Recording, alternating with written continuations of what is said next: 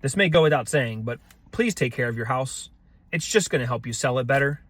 Just recently, we put an offer in for one of our clients on a home that was not taken care of at all for the last 10 years that the seller has owned it. They haven't touched anything. House wasn't cleaned. Nothing has been updated. And nothing was really structurally wrong with the property.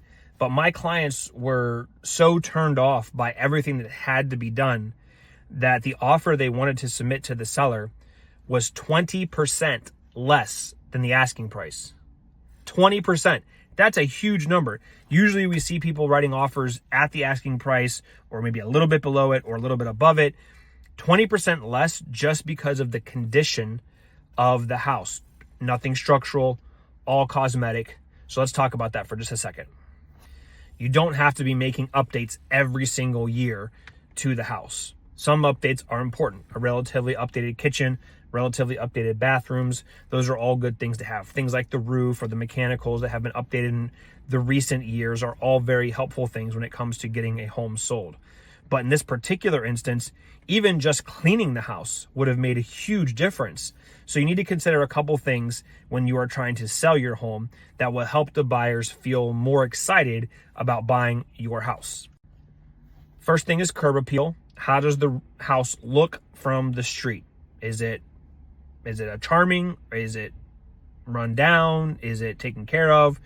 What's the situation with your curb appeal? Things that can tidy up your curb appeal with things like just pressure washing the house, doing some fresh mulch, maybe some flowers, some weeding in some of the areas that are not grassy, but where weeds could get into. Super simple things to make the house look nice and bright and inviting. Maybe a fresh coat of paint on the front door, something like that.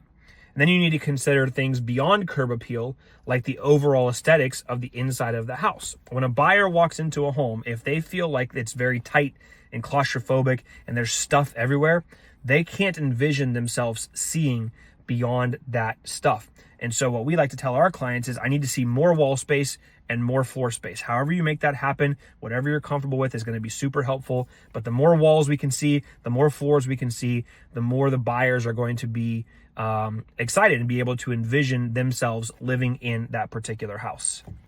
And buyers, if we get into a showing where this house hasn't been cleaned up and hasn't been taken care of over the years, don't be afraid to put in an offer based on what you think you should be doing to get this house into a clean, tidy, livable situation.